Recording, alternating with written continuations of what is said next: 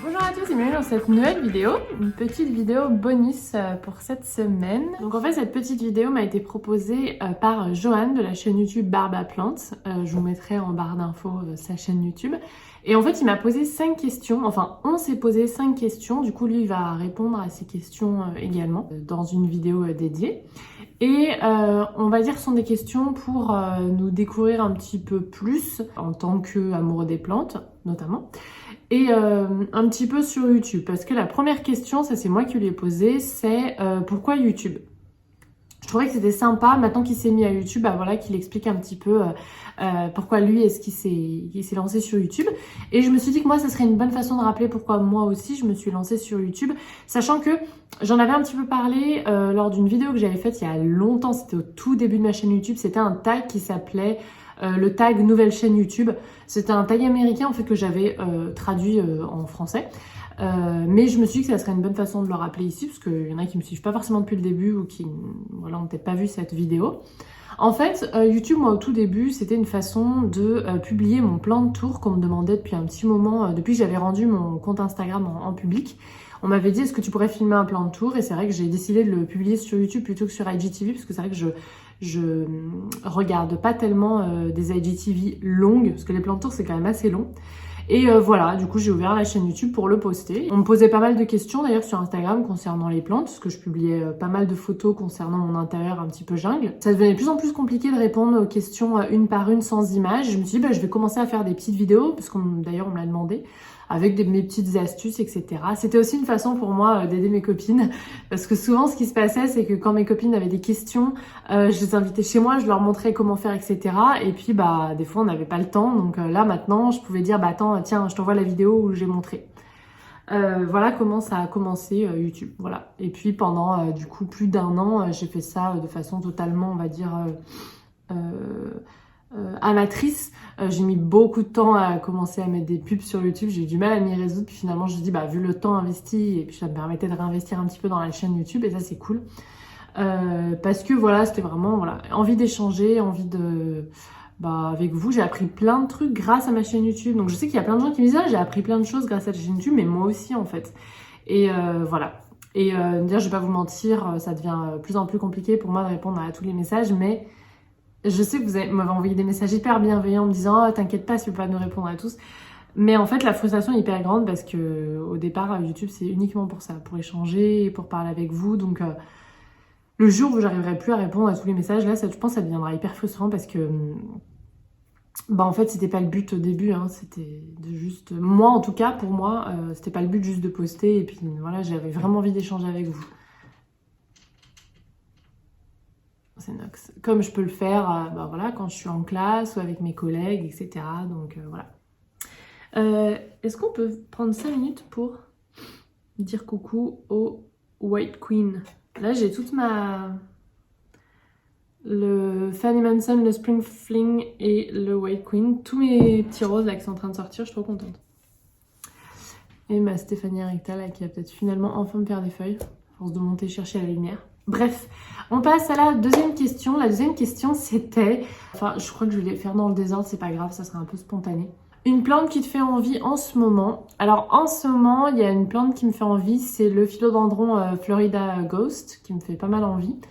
Et si je devais en rajouter une deuxième, ça serait le Verrucosum. Non, j'en ai un de Verrucosum. Le Gloriosum, je les confonds toujours. Donc 2 philodendrons finalement. Et puis j'en oublie sûrement, mais c'est en ce moment ceux qui me viennent à l'esprit. Moi, je suis pas du genre à dépenser beaucoup de sous dans des plantes. Déjà parce qu'elles peuvent mourir, ensuite parce que bah, tout simplement, j'ai pas les moyens. Non, et puis au-delà des moyens, j'ai pas envie de mettre énormément de sous dans une plante. Voilà, des fois, quand je vois le prix de certaines plantes sur le marché, genre le prix d'une bagnole, enfin, en tout cas le prri de la mienne, ça pour sûr, parce qu'elle coûte plus bien cher maintenant, ça me paraît un peu foufou.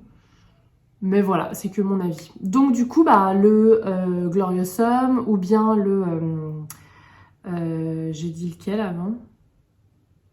Non mais j'ai déjà oublié. Non mais moi j'ai vraiment le cerveau mangé. Bon bref, c'est souvent des plantes qui me font envie, mais que je ne trouve pas de façon abordable et que du coup, bah je les laisse pour les autres.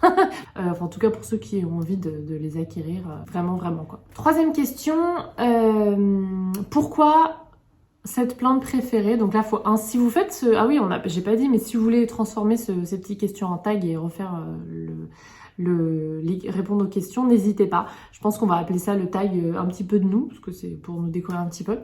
En fait, la troisième question, c'était, voilà, pourquoi cette plante préférée? Et là, il fallait insérer le nom de la plante préférée. Donc, Johan, il va répondre pourquoi les Hoya, parce qu'il adore les Hoya. Moi, je vais répondre pourquoi les pothos.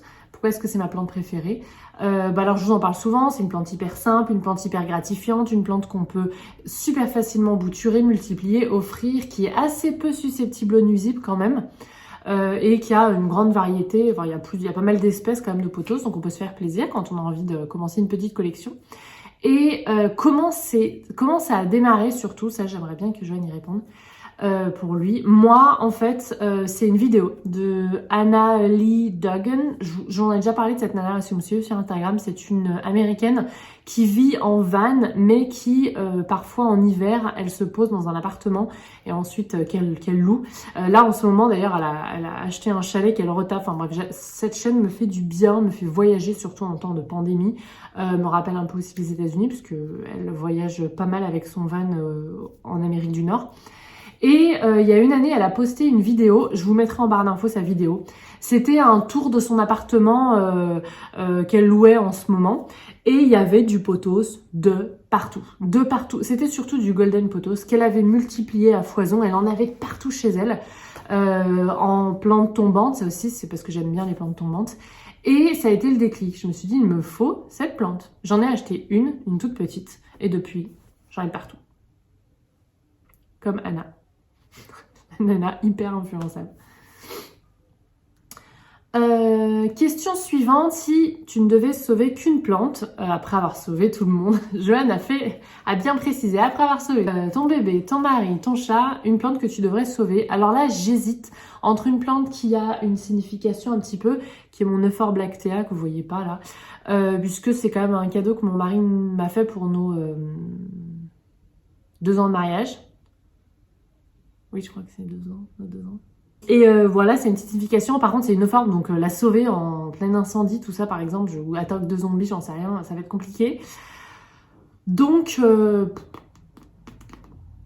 et ben franchement, je sais pas.